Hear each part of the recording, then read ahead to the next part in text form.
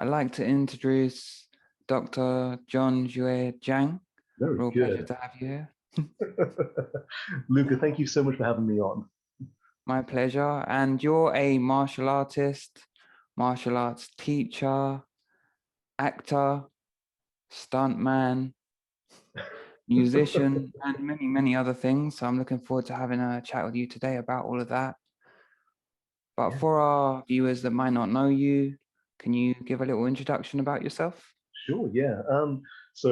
As you mentioned earlier, my name is Dr. Jon Xue Zhang, and I'm a martial artist. I've been training for about 28 years in various styles such as Kung Fu, Karate, Aikido, Jiu-Jitsu, Hapkido, Arnis, and Salat. Those are the main ones that I would say that I do. Yeah, bits and pieces here and there, I must say, but yeah. And I've been teaching for about ooh, it's about 16 years or so, I think it is. About 16 years. And formerly I was the psychologist to the Saudi Arabian national taekwondo team. And these days, well, I've recently assumed the position of psychologist for Titan Academy in London, which I'm very looking forward to implementing a few things. And but yeah, I also do a lot of film work, work as an actor and stunt performer. I was in the Brit Awards as a ninja. I was a contestant on Take Me Out twice. Uh, and I was in The Gentleman. I had a short fight scene with Dwayne Johnson in Hobbs and Shaw. And I'm in the next Marvel film called The Eternals, which is out in November the 5th. I can't say any more though, because I'm still under contract. But yeah, that's me in a nutshell. I do have a competition history. People do ask me if I used to compete. Yeah, so I used to compete in karate, kung fu, Chinese kickboxing, and yeah, so it's stuff here and there. Yeah, I mean, where do we start? There's so much to tackle there, but I think immediately what's taken my attention is the kind of link there for psychology and martial arts and how you're connecting that together and really how yeah, I can see that you obviously that's a big part for you as well. So could you go into a bit more detail about that? So absolutely, I regard the body to be like a car, and the driver is the mind. It's like you could drive a fantastic car. You could drive a Lamborghini, for instance, and but if you're under the influence, for instance, if you're emotionally compromised for whatever reason, then it kind of makes the car kind of redundant, if that makes sense. So I always think, mind first. So before I ever make any decisions, before I do anything, I always want to make sure that I'm of sound mind before I make that decision. Um, and that could be the choice of food I'm going to eat, or if I know something is not so nutritious, for instance, you know. So I never want to make any rash decisions. And how that translates to martial arts is if I'm if someone is squaring off to me, the last thing I want is to create a permanent set of circumstances when I was temporarily emotionally compromised. So I always want to make sure that I have myself first in here, and then everything else will come. So with the psychology side of the martial arts, it actually all feeds into everyday life. So that way, when I was saying about if someone was squaring off to me, the last thing I want to do is deck the guy, just because that could land me into a lot of trouble, legal trouble, consequences that go on for however long, and then I've got a criminal record. It's not where I want to be. So how that translates to everyday life would be, um, I'm having an argument with someone, and I want to make sure that I don't want to say something um, in the heat of the moment. So I wasn't want to make sure that I'm nice and calm first before I do anything, before I say anything, and that way I don't say anything I shouldn't say, anything silly. And I think with so I do a lot of competition prep for athletes. And yeah, that's great because it's I look at their lifestyle, I look at their not just their training, but how they are in everyday life, what their relationships are like. You know, even the cleanliness of their room, you know, that always plays a role into how we are and how we perform when we need to perform. So that the psychology element for me is absolutely essential. And so, you know, I'll always encourage people to meditate and reflect. I always advise people to do that in that order as well, because I think if um, if something has just happened and I reflect on it instantly, well afterwards, I'm still subjectively connected to that event. So I'll give myself some, I'll probably be very hard on myself with that kind of feedback that I'll give to myself. If I meditate first, I can detach from the event that I've just come from. And then when I start reflecting, then I can start taking the lessons that I should have learned. And I can be a bit more objective about that instead of taking it too personally, if that makes sense. So the psychology element is huge. And, but that's it in a nutshell. It's interesting that you are taking the psychology elements and connecting the meditation with it. I think sometimes people separate meditation, the practice of it, as just being spiritual Mm. or this side of it, and not being able to connect all the different aspects together. So it's interesting that that you would present it and show the benefits in such a practical manner Mm. of meditation as well. I think with meditation, it is very much a serenity because we think maybe 50,000 thoughts or so, or something insane like that, and of which there are studies to suggest that 70% of that is negative. That's a lot of negative thoughts. So that's what, 35,000 thoughts that are negative? It's insane. So I think having meditation allows us to clear that out. So essentially, if my brain is like an email inbox, like my Gmail, for instance, um, you know, you want it to be as clear as possible. That way you can find stuff a lot more easily. And you're aware of your thoughts and your feelings at the time. I think that's so important. And I think because I know some fantastic martial artists, but um, they are not you know, they might be a bit more temperamental. They might have an anger problem, for instance, and such skills, lethal skills, in the hands of someone who is temperamental and has an anger problem, is not necessarily the best thing. Um, and I think with uh, meditation as a spiritual practice, certainly I do that. And I think it's how far you want to take that practice. I think at the base level, if people meditate to be calm and enjoy the serenity from the thoughts that we have, I think it's important for us to clear out that mental clutter. You know what I mean? It's and that way, when it's you know when people say I don't have time to meditate, that's when you need to do it the most. Yes, it's almost like the connection between meditation, psychology. How do you feel? Do you feel from your martial arts training you've been drawn more towards that? Or do you feel like you naturally as a person were drawn to them different aspects anyway? So probably would have maybe come into them fields even if you weren't doing martial arts. Be interested to see what you think. um, so I didn't actually really get into meditation until I was about 18 or 19. And up until that point, I was fighting a lot.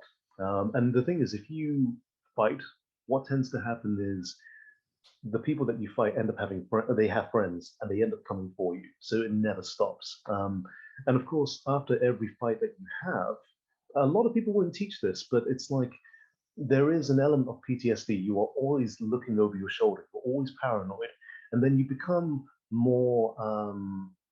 Your personality becomes overly confident, shall we say? And that's not because you are confident; it's because you're actually afraid. You know, you overcompensate by being overtly more, maybe more obnoxious. Certainly, looking back, I think I was a lot more obnoxious than I am now.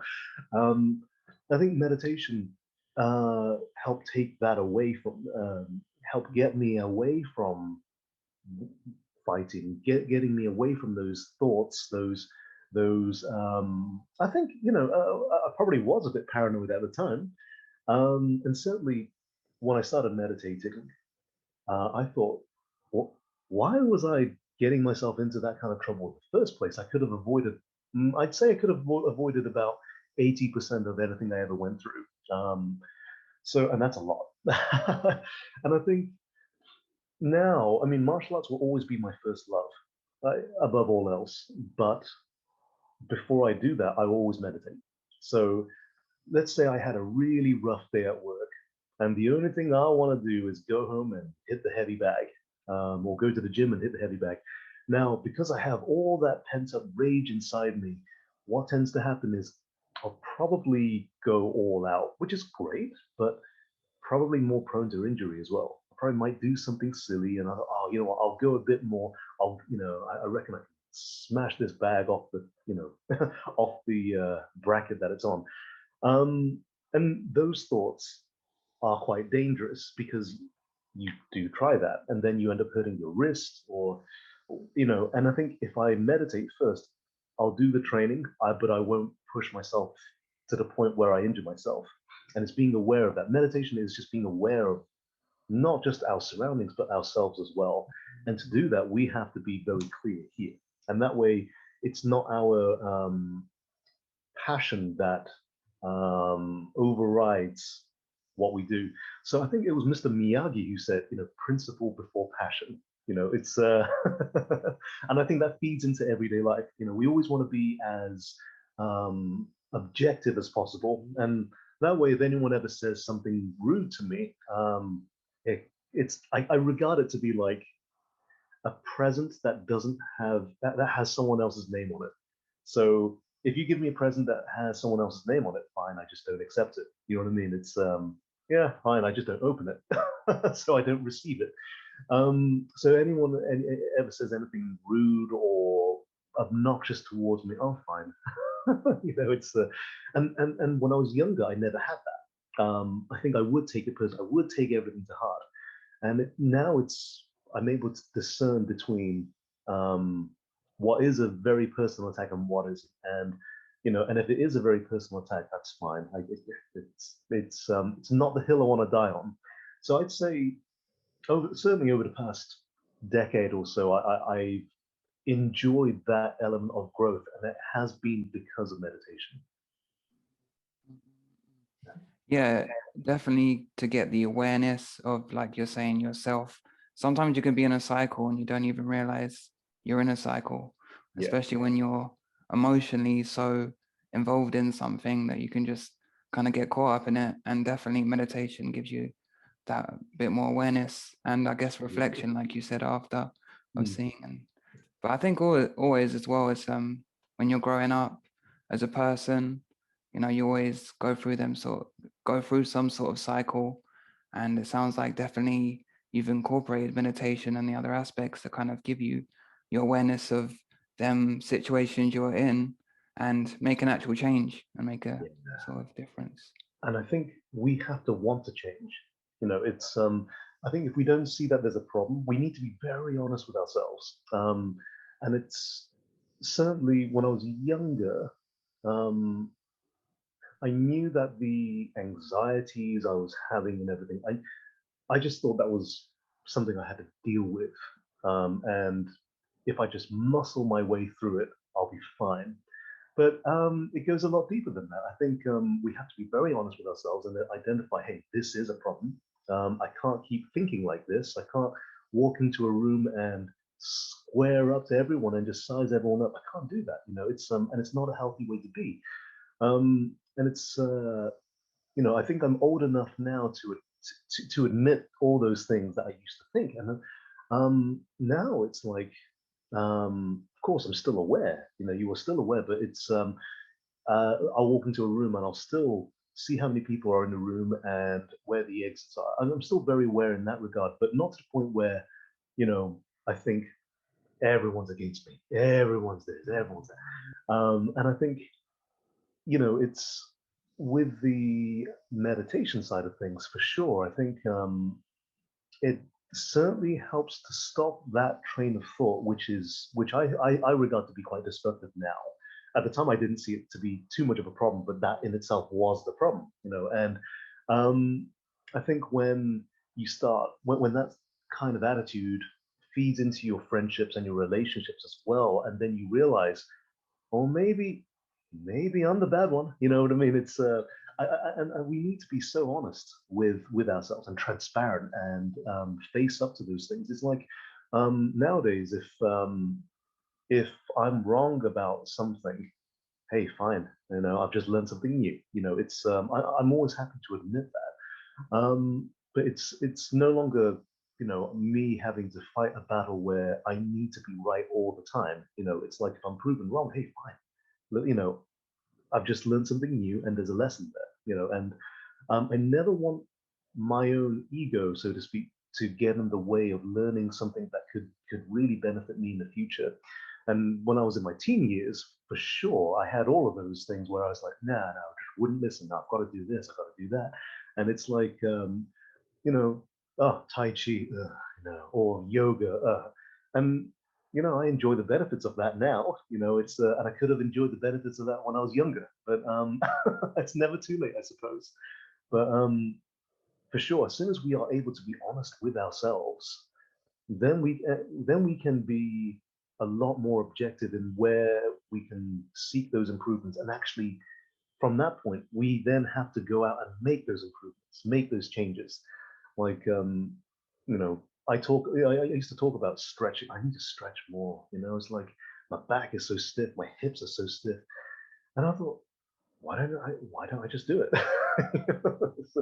So, yeah, we are the drivers in our own car. So it's up to us where we go and how we get there and when we get there. But we also need to be patient as well. You know, it's you know, like they say, Rome wasn't built in a day. And as a martial arts teacher, how do you feel you put that across with your students? Do you do it through your training? Do you sometimes actually chat with your students? You know, how do you teach that as a teacher? Yeah. So as a teacher, I these are lessons that the lessons that I've learned the hard way.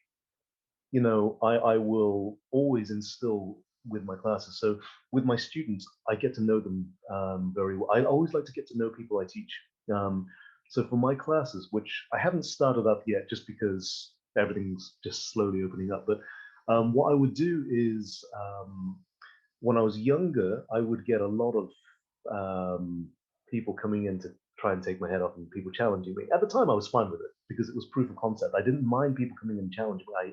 I loved it.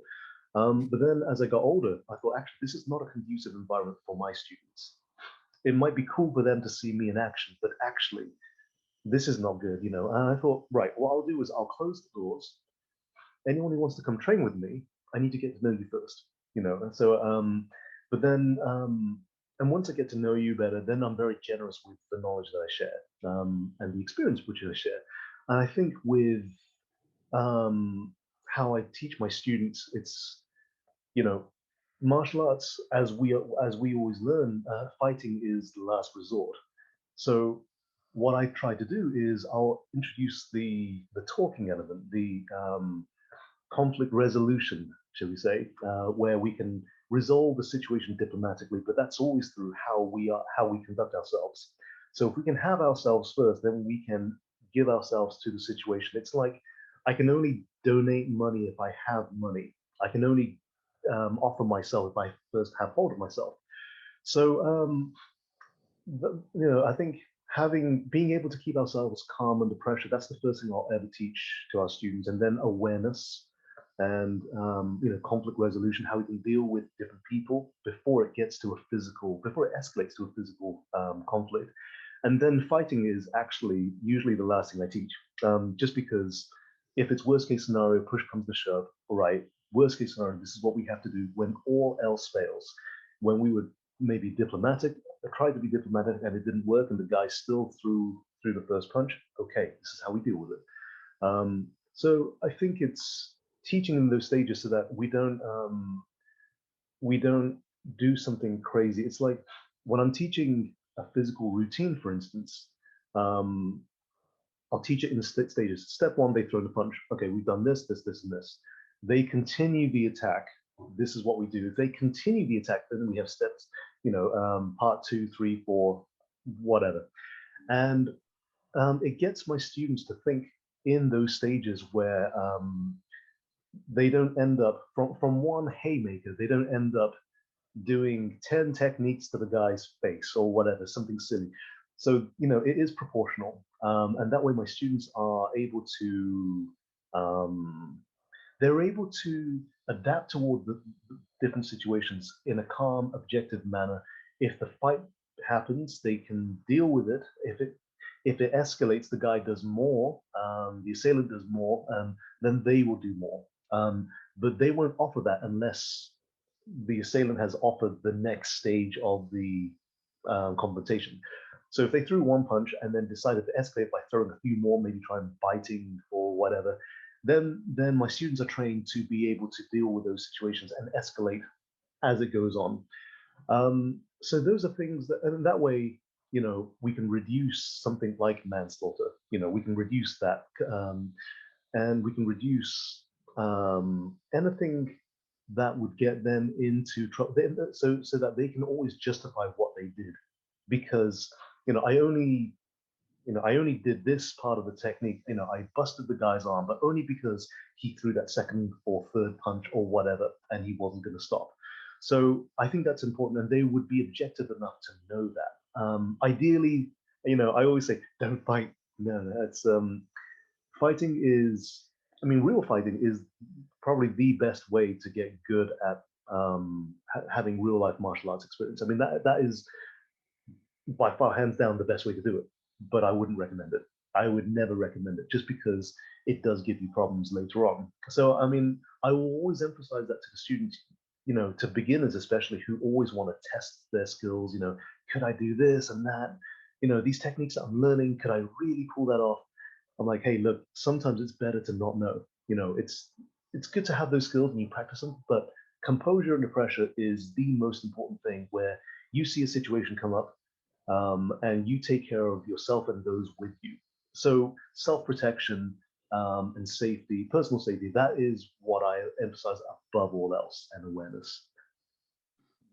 Sorry, long-winded answer there. No, but it's interesting and it's fascinating, and to see you starting with your students at that level, instead of maybe sometimes you can go to maybe a martial arts class and they'd have a totally different mindset, a different aspect, and you can end up getting more in trouble with having that sort of mindset of, like you're saying, that beginner mindset.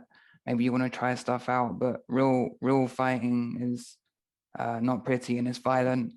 And also, like you're saying, we have to deal with real world consequences after, for yourself, and also, police and the judgment that you're going to have to face after as well. So I think it's clear that what you're teaching is first defense against yourself, basically, and awareness through yourself.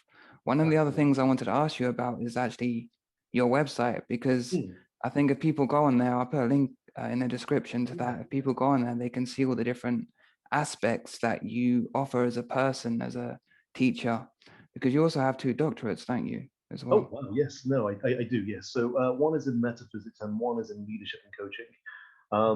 And the one in metaphysics was to do with, just because I'm a very spiritual individual, I wanted to explore that further. The leadership and coaching is an extension of the whole being diplomatic. So I spent a lot of research in that area, where it would be, how you can deal with a situation and de-escalate it. I mean, this is before it.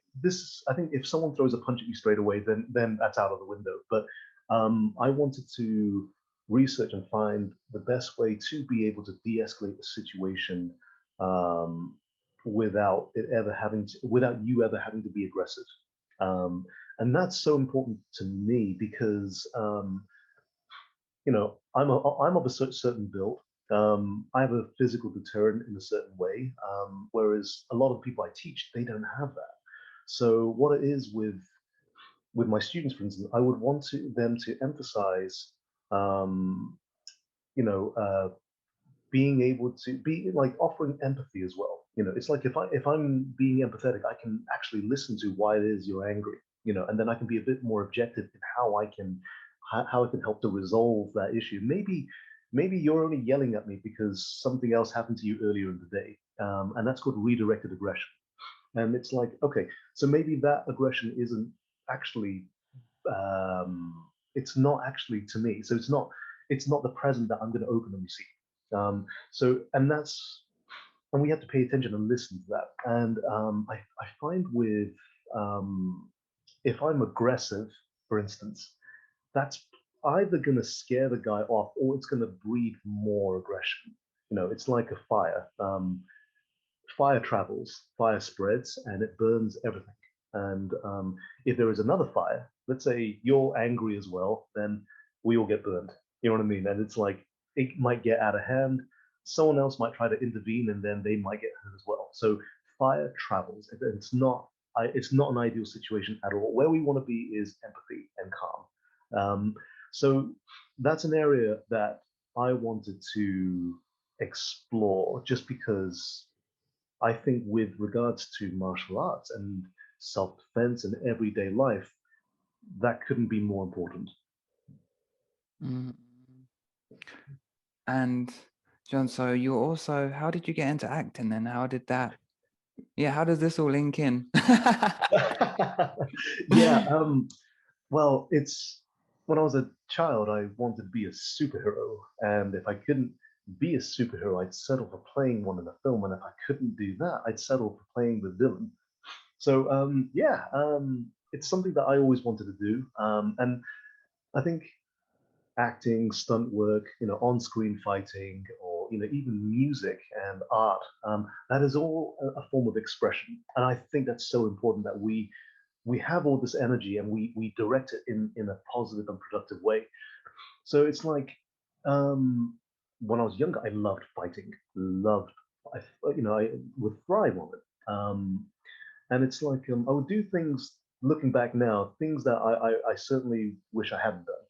But I would say that now I'm using my martial arts not only for my own health, but I'm helping people by teaching them.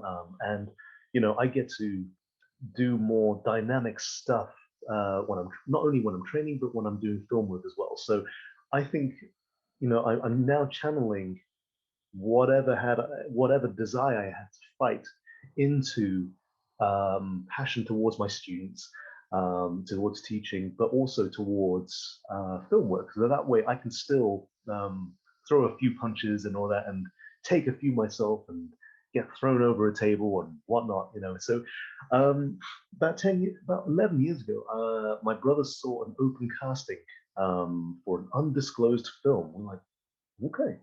And I just finished my master's at the time, so I was looking for a job. And we went to London, and they took some photos of us and everything, and said, "Oh yeah, we'll call you back." And yeah, and it was for 47 Ronin, which is a Keanu Reeves movie. So then a few months later, costume fittings and everything, they got us on set, and I was selected to be one of about 40 other martial artists where they trained us to be samurais, and never done anything quite like it, because of course screen fighting is very different to actual fighting now. And what we were doing was we were all the other guys in the room, the other 40 other martial artists, these were all legit martial artists, top of their game. You had really good boxers, really good grapplers, MMA champions, stick fighting champions, like sword fighting champions, all of them, and every one of them, were, hand to hand or arm combat, they were fantastic. So when it came to us throwing punches where we weren't actually connecting them, but it looked like we were, it was a bit of a shift, an adjustment. So, it's like distancing. So that way I'm not actually hitting anyone and they're not really hitting me. There's some contact, but it's like, it's not painful. It's all safety. But from the camera angles, it then looks pretty real. And once I got fairly decent at that. I found that my sparring really suffered. So because I was still teaching my classes even when I was on set, and you know, sometimes we'd finish and then finish people on set. I'd go home and then shower and everything. Then like, okay, cool, I'm going to teach my class. Sometimes I get someone else to teach it, but I had a sparring class which I loved, and I found that I was really good at missing, but I looked so good at missing. But then after that, so with the film industry, you make a few friends, and they might remember you for future projects, and they always brought me back for more. So since then, it's one of the guys who trained me for 47 Ronin, he brought me back for 24. He brought me back for Doctor Strange, and yeah, Vincent Wang, he's a fantastic guy. And I think with that, it's like you know, they say it's not what you know, but who you know, but also who knows you as well. And then once you have that connection, then you can sell what it is you know. So yeah, these days I do a lot of independent. I do smaller projects now, especially during the lockdown period. Be doing a bit more producing, but also I get to choreograph some stuff as well, and train some of the actors, and that's a lot of fun. And it's like when I'm on a big film set, I'm the one who's getting directed. They're telling me what to do, where to stand, how to do this move and everything, and we'll rehearse it. But then when I'm doing the smaller projects, I get to nurture the actors in that same way, and it's very rewarding for me. So, I think with the film work, that's something I work in. That's the industry in which I work. So it's certainly where I'm pushing it further, because I just had um, an episode on CBBC called The Wonton Warrior that got released, and it's available on iPlayer. And that was a lot of fun because it was martial arts, and I got to showcase a few things and everything. And yeah, but that project came about because I'd worked with the director previously a few years ago. So for anyone who wants to get into film work, make as many friends as you can. Wow. And with the film work, the acting, especially adapting the fighting for it, I guess, did they show you first how to play getting hit as well, or did you guys have to learn on the job? Oh, for bigger projects, they'll always have a lot of rehearsals. That's important, and that way you get to know the person that you're fighting with a lot better. You get to do you learn their body rhythm, and you can sink in with that. And it's smaller projects, more independent films. Sometimes they don't have the time or the resources or the budget to be able to book in a week of rehearsals. Sometimes they might be a day before, even on the day, which is kind of scary. So I might come in onto a film set, and it's like, so okay, I need to now get to know the actors there and then, what their experience is and everything, and and we need to shoot this fight scene in a couple of hours. So they've given me a couple of hours to teach these actors who may have never done anything before, and teach them the movements and make them look convincing. That's very difficult. And for the most part, I always prefer if I have time to rehearse with them, because that's when you can tweak the movements and actually get rid of the bad habits. If you're having to do it on set on the day, which you would do with more low budget productions, then the risks go up. So, and I'm never willing to do that. So I'm never willing to risk the safety of anyone.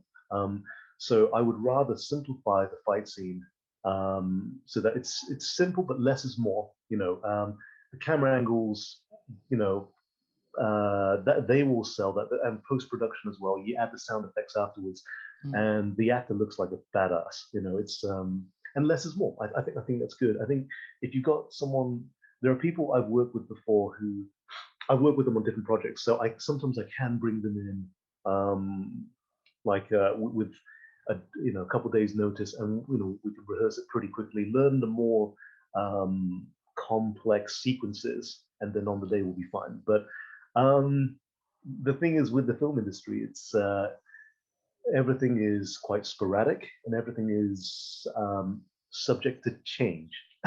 So Mm. last year, January last year, I worked on a film with one of my friends, James, and we had choreographed together a sequence for, I believe it was about 4 or 5 actors. And yeah, I mean the choreography was all nailed. And then on the day, I believe one of the actors dropped out and didn't turn up, so we had to change everything. Um, Wow.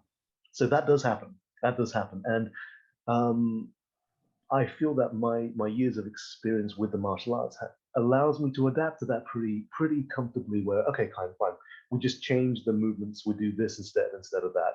So sometimes there is a bit of improvisation, uh, um, but these things happen. Yeah, and I guess staying adaptable, be ready to change anything at any point. And Mm. I guess from working with a lot of independent teams, you kind of have to have that skill to be able to adapt to different Yes, people, working with different people. A lot of absolutely. sort of martial artists get the same kind of movie star martial artists get the same team to work with, so they do learn each other, get Absolutely. used to each other, and then they can Mm, sell it easier, right? Than if you don't know the absolutely. person and you don't know each other's timing and you don't know how to adapt on the job. That's so true. I mean, it's when I was doing Hobbs and Shaw, so I went in for the rehearsal, which was on Saturday or Sunday, I believe it was. And as far as I was aware, my movement is I walk towards Dwayne Johnson and he just throws me over a table. That's it. I was like, okay, cool. And then on the Wednesday, when we started shooting, they came, I believe it was the director actually. Yeah, he said, "All right, so it's a bit different now. You're still getting thrown over a table, but we're going to add a open hand to your throat, and he's going to headbutt you, and then he's going to throw you over a table." I was like, "Okay, cool." So sometimes small tweaks like that do happen on the day. Yeah, so that's fine. I mean, you just adapt to it and you roll with it. And yeah, it's And how did that feel getting thrown over the table by Dwayne Johnson? so what we tend to do is so I think the first take is always the scariest because you don't know. When we rehearsed, we had mats Mm. and I had pads on. Then on the day, you don't have pads. Sometimes you can get away with it in your outfit. I didn't have any, but and my landing was going to be solid. So okay, fine. So we when we were rehearsing on the day, so Dwayne would you just come up to me and we walk through it slowly, wanted a throat, headbutt, and then he gestured to do the throat. He never actually did the throat until we were rolling. The camera's rolling. It was a 3, 2, 1 action. I walked towards him, and it was he's a professional. It's like he hit me here. I mean, it wasn't. It was hard enough for me to go like this, but it didn't hurt. It was like, and from the angles, it still looked like he caught me right in the throat, but it didn't. And then headbutt. Um, Again, that's angles. And when he takes a step to throw me, I take a step to jump with it. So I have no doubt that the guy could throw me. The guy is a walking mountain, and the guy is crazy strong. So I have no doubt he could. But my job is to facilitate that and make him look stronger. So I took a few steps and then I threw myself over. The first take was fine. Surprisingly, to my surprise, it was fine. Um, the second take, they said to me, right, okay, don't look at your landing because I think when you slow mo it, you can still see your eyes are looking at where to land. So just go backwards, you'll be fine. And I thought, oh, okay. So the second take, I went over without spotting my landing until the last second, um, and I thought, well, that was that. Okay, I'm still alive. I can do this. We did 6 takes. Yeah, Okay. and that's it was a good experience though. I got home at 1 o'clock in the morning, and I was back at my desk at work at 8 o'clock with a fake tattoo that I couldn't wash off and bruising. But I wouldn't give it up for the world. But so yeah, I think when you do film work, um, you'll take a few knocks for sure. But I think once you expect that you will, it becomes less of a shock for sure. And I guess with your years in martial arts and just, you're fully prepped to adapt to anything and get knocked around a bit and just roll with it, right? Absolutely. And here's the thing I will say. It's like people have said to me before, you know, but Jon, surely it must get really tiring and you must get sick of having your butt handed to you all the time in films, considering you've been training your whole life. And for me, I don't mind. It's a job, and my self-esteem isn't tied into the character that I'm playing to the point where I'm like, well, no, that wouldn't happen. That wouldn't happen. I'm never like that. I'm there to carry out the instructions of the fight coordinator, the and the stunt coordinator. I'm there to carry that out, and it's like certainly, you know, people have said to me, well, I wouldn't do, because that wouldn't happen in a real fight and everything. Oh, you could do. And to which I say, well, that's why I work in the industry, because I don't have that connection to the character that I'm playing. I'm there to make the lead character look good. You know what I mean? And I'm happy to do that. I don't think it reflects upon my skills as a martial artist. Maybe more reflects more on my mental versatility. But I have no problems dying in films, which happens a lot, I must say. But I have no problems doing it. I'm really good at it. Oh no, I enjoy it though. Of course. And also, you're a musician, and I think Yes, you've been playing the piano since you were quite young. absolutely. Yeah, so I've been playing the piano since 1995. Yeah, so it's a little while. And it was always um, that's not something I chose. In fact, I didn't choose to do any of the stuff. Like martial arts was thrust upon me from a young age by my father, and music was from my mother. She wanted us to be able to balance those physical skills with something more academic. And so I play piano, violin, and viola. I'm better at viola than I am at violin. It's reading music is a bit tougher nowadays. But I think during the first lockdown, I wanted to, I wanted to do my own thing. I thought I'm gonna do my own album and record all my own music, all my compositions, and yeah, release it. And it's took 11 years. That album took Oh, 11 years to finish, and I think there are 26 compositions on that album, of which those are the 26 I could remember. Um, and it's for me, each one of those compositions was like it's like a musical diary. When I play it, I know exactly what I went through at the time. I know wow. what lessons I learned, and it's like a diary without words. But I think with that, oh yeah, and it is available on Spotify and iTunes and Deezer, YouTube Music. It's on all of that. It's called Ethereality. Ethereality. If anyone wants to check it out. I get 0.003 pence per stream. It's not a lot, but hey, fine. I'm just grateful to have put that out there. And I think,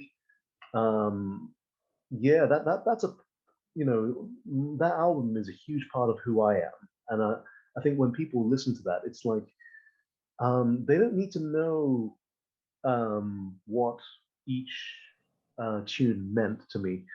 They can listen to it and have their own interpretation, and that would be, and I would be grateful for people to do that. They listen to that and they have their own story in their own heads, and I would love that, and I think that's how, certainly I come up with different stories when I listen to different music, when I watch different films. It gives me ideas, for other things. So if my music can ever do that with anyone else and help either relax them or help inspire some creativity, then I feel like I've succeeded in that regard and help people with that form of expression, whatever it may be.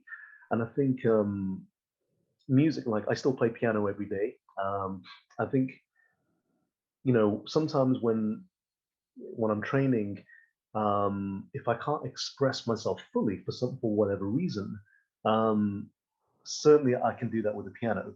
I just wish I was a better pianist, but but I think I've got a few physical limitations when it comes to piano. I can't play on it for as long as I used to anymore. I think when I was young, I could play for hours and hours and hours. Now, yeah, I can't play that long anymore, but but still, it's enjoyable. I think if anyone out there has a pastime that is artistic and creative, please, explore it. It doesn't matter if you're not good at it. It's like it doesn't matter so long as you enjoy it. That's the most important thing because it is a form of expression. Like I sing in the shower. I sing, in the car, and sometimes I used to sing at my desk at work. Uh, you know, against my colleagues' wishes, but but I think it's if it's something you enjoy doing, then pursue it. That's so important. I think as a teacher, Hmm, it's nice to see someone promoting expression really through different avenues and not getting stuck in one particular aspect of something. I think it's quite clear for people to see that you want to promote and empower the students or for themselves so they can express themselves in different avenues. And you do, absolutely. there's so many different aspects, your complete totality of martial arts really in what Hmm. you're teaching and what you're doing. And it's really nice to see and hear Oh, that thank as you, well. thank you. Well, I think it's. I, I think I think the best martial artists are artists. Like my art is my music. My instructor, my instructor taught the SAS, and I've been with him for 26 years. So he is a 6'3".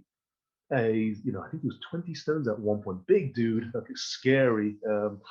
He can do some crazy stuff, but it's like you know, people would never think that he's an artist. He draws. He'll show me cartoons he's drawn. He'll show me fantastic photo like pictures of women that he's drawn. I'm like, who's that? Like, oh yeah, I saw her in the nightclub when I was working the doors about like 23 years ago or something. I'm like, Wow. yeah. So he can draw from memory, and each drawing tells a picture. And I Mm. think certainly that translates into the martial arts because um, it's like when you have dancers, for instance, they are physically able to move. So when you teach them martial arts, they can do the moves fairly easily. And I think when I admire dance a lot because it's free movement. In martial arts, every move requires a purpose. There's a reason why I'm doing this move. This move is designed to do this, or this. With dance, you don't have that. You don't need that. If this move has a purpose, then it's a transition into this move.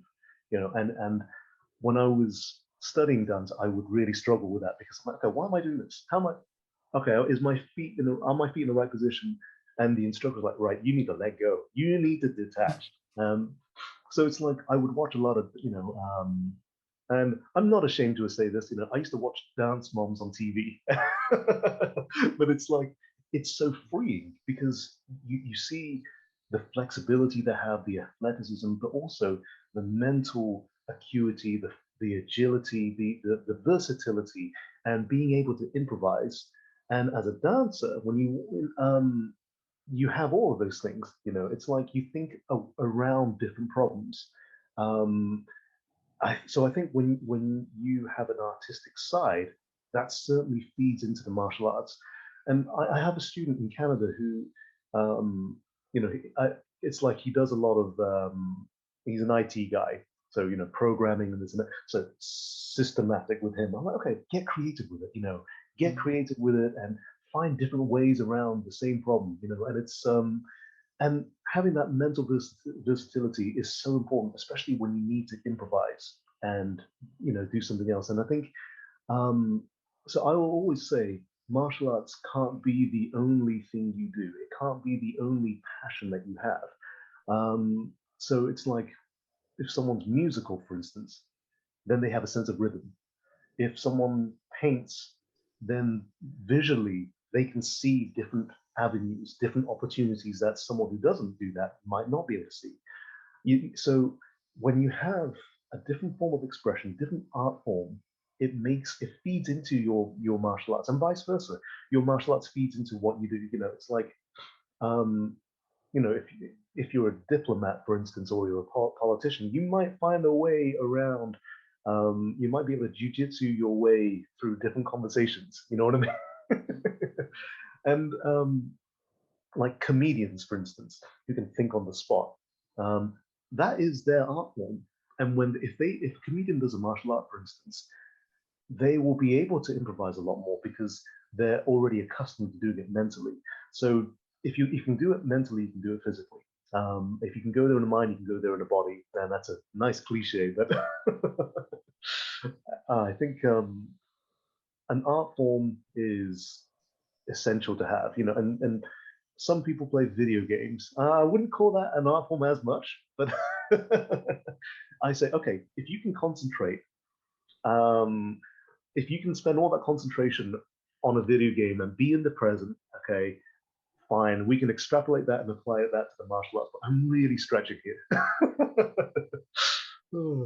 Yeah, I mean, there's so many things that can distract you as well. Obviously, in everything, there's an art form. Even in video games, there's an art form to it in the creation of the game and everything that goes behind it. But I think, yeah, there is the other side to it where you can just kind of get lost in something and just eat up all your time, and time's something that's pretty valuable as well, right? Absolutely. And with martial arts, this is the difference I find with martial arts and music. With martial arts, the only time that matters is now. That's the only time that ever matters. It's like, doesn't matter what training I've done previously or whatever. If I can deal with the situation now, great. It's how I train now. That's what is important. Everything is in the present.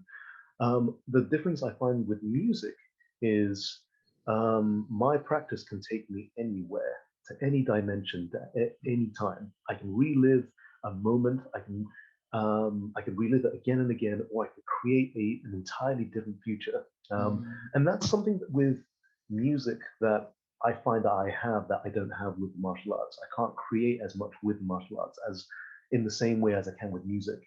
And when I'm playing piano, sometimes I can just be elsewhere, and it's so therapeutic. It's certainly a serenity that I enjoy, and it's something that I feel is, and you can lose yourself.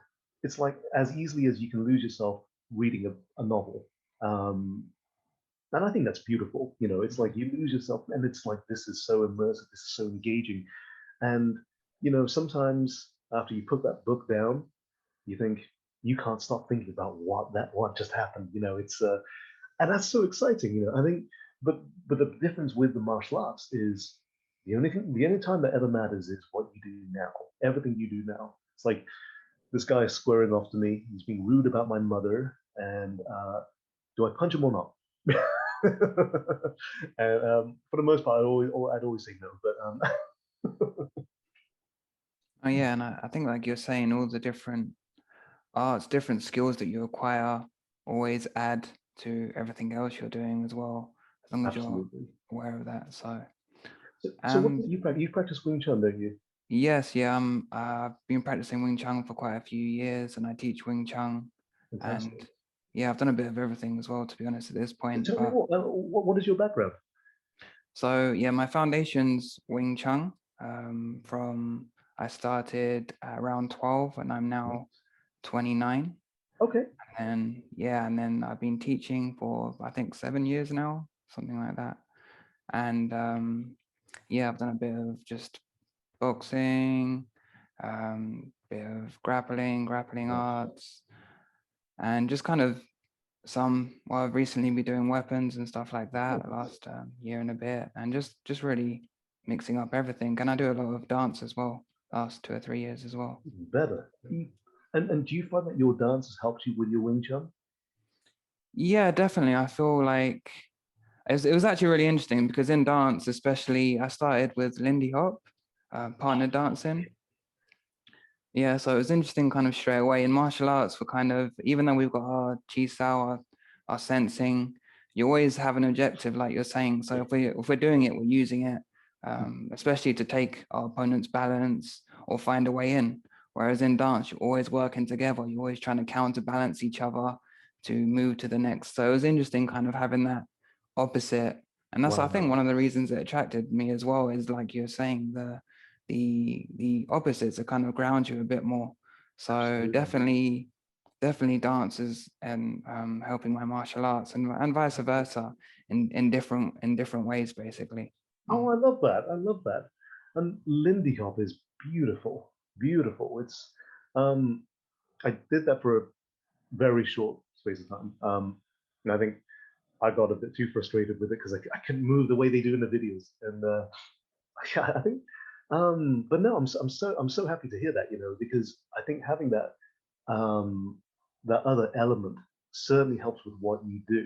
You know, it's like I was watching your videos earlier. I was like, oh, no, this is awesome. This is really awesome. So I think for sure I would love to come visit you and train with you at some point. And I think we're definitely on the same wavelength here. But yeah, because I think with Lindy Hop, God, I think when I first watched a few videos of them doing it, like of the professionals, it was like, my goodness, this is like successful Aikido. Everyone's smiling and everyone's landing on their feet. I love it. It's such a good vibe. It really is. I think especially in in martial arts, you can have any vibe in martial arts, but there is a lot of discipline in martial arts, Yes. and you need that anyway. You definitely need that discipline, especially as a young man. I think you need Mm, that discipline ground inside as well. But it's nice to be in dance as well, where there's that other aspect of everything's just kind of fun. yeah. I guess it's different if you're training for as a professional dancer for a performance, then the mindset's probably gonna be a bit different. Yes. But as a just as something to do out of enjoyment, Mm. it's thoroughly enjoyable. Oh, absolutely. I think if you take anything to a competitive level, then of course, you know, you might have to take some of the fun out of it. It's like, I mean, I get students who they work a day job and they come to train with me whenever, you know, and I think when it's like, you know, if you're a competitive athlete, and I work with a lot of athletes, my goodness, they're so driven and everything, they're so focused. And I think, okay, cool. But you know, um, take a step back, take a step back. You know, it's like, it's great that you're living this lifestyle, but actually, um, you've got to ease up. You know, you can't have the foot on the pedal all the time because you will burn out. You will burn out. And then if you burn out mentally, you'll burn out physically.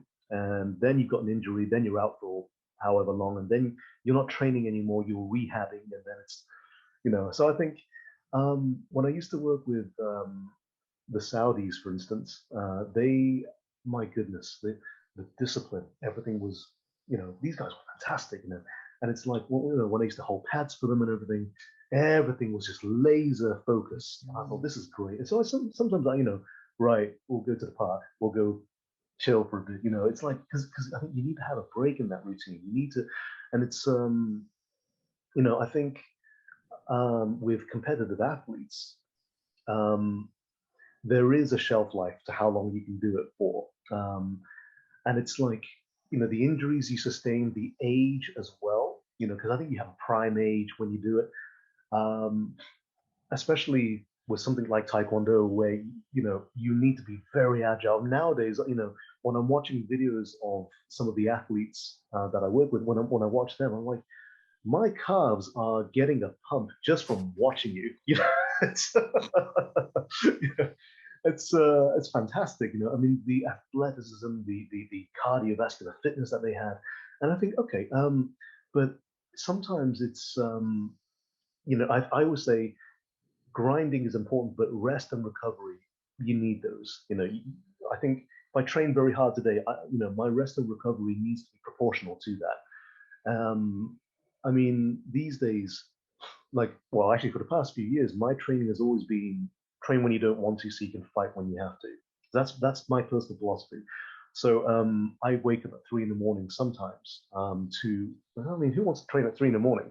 I certainly don't, which is why I got to do it and see, and then I can see just what I'm capable of doing at that point of time. It's like my technique is dreadful. So I don't take as many training videos as I should, but trust me, no one wants to see me at 3 in the morning. It's like, but I think if I can do that, training when I don't want to, then anytime that if someone does, or if a group of people do, infringe upon my, and they do want to fight me, it's always of a time of their choosing, not of mine. So already I don't want to fight. But then if I already train when I don't want to, then I can acclimate myself towards a situation when I didn't want to fight. But I know I can if I have to. So these days I find that my martial arts training is literally just going okay. I'm doing it. But I don't expect everyone to do that. That is a personal philosophy for me. And I think because you never know what might happen. It's like sometimes I'll train with a rucksack on my back. Okay, it's yeah. And for the most part, if there's nothing important in that rucksack, I might just let them have it. Mhm. But then if I'm attached to that rucksack, okay, let's see what I can do. How is my training now? How hard can I really hit at 3 in the morning with a 40-pound rucksack, whatever it is I'm carrying in there. So it's I try to keep my training as varied as possible. And like I said earlier, I mean, if you have that creativity, that kind of mindset, it's like you do vary up your own training. So I'm not doing the same thing. I might be doing similar things, but not the same thing. So I have a bob downstairs, and they're great to hit. So okay, if I'm used to punching that day in day out, cool. I'm not really diversifying my training. I might up the intensity. So what I might do is I put a hoodie on him. Okay. I changed the lighting in the room so it's dimmer, for instance. Okay, I might play some music in the background. Okay, play it loudly. Now, now I've got to fight this guy who's got a hoodie. It's dark, and there's a lot of music. Okay, we can up that a bit more. We can change that a bit more. So, okay, I'll close my eyes. Okay, and I'll do a few 360s. I'm nice and dizzy. I open my eyes and I've got to find Bob instantly. So I will always try to improvise with my training methods, and that way, I'm not doing the same thing again and again and again. I mean, of course, when you're younger or when you're starting out doing the basics as a beginner, you have to do those things. I think as you get older and as your skill level changes, I think improvising your training just to keep yourself sharp, I think that's important. And when I add those different elements into my own training and with my students as well, no one's ever naturally very good at it, and that's a good thing because it means that's where you need to improve. Sometimes you might be really sharp. Yeah, other times it's like, oh wow, I really sucked. Mhm. But it's like if I had a training session that wasn't so good, okay, fine. Meditate first, then reflect. What did I do wrong? Okay, how can I fix that? And I think if I can practice that, I will preach that. And I think it's important that I will lead by example so that my students do that as well. It's that way. It's like if someone hit their bag and caught their wrist funny, and now they've got to stop. Okay, ice that wrist or whatever. You can still continue with your other body parts and improvise. Then what can you do now? Let's say you do have an injured wrist. What is it you could do with your other hand, with your legs? What moves could you pull off? And I think it's having that. So you don't finish training when you're tired. You finish when you're done. I think that's very, very important. But yeah, I think with these days I try to diversify as much as I can, just to keep Mm. myself sane. Mm. It sounds like also it's the idea of just staying comfortable in discomfort, getting Yes, comfortable in uncomfortable situations, learning to get uncomfortable there. absolutely. And I think certainly someone's face is right here. That is not a that's in my personal bubble. It's like so sometimes I will practice that with my students. Of course, with uh, you know, we might have to all wear face coverings now for that. But of course, pre-lockdown, I would get my students to square up, and I said, okay, like that is an uncomfortable distance. That is more likely what you're going to experience. So it's like watching videos as well. You watch videos of real street fights. Okay, does your current skill set match up to the conditions of that video, of that particular situation? Could you deal with that with what, you know? And if the answer is no, that's not a bad thing. Okay, because you realize that when watching the video, as opposed to finding out when you're actually fighting the guy, you know. So there are ways around everything, you know. It's and just being able to, at the drop of a hat, be just switched on. You know, I think that's so important, and that's why it doesn't matter how physically strong you are. The car might be great, but it's the driver that needs to be there. The driver needs to be present, and the driver needs to be a sound mind before entering the vehicle and driving.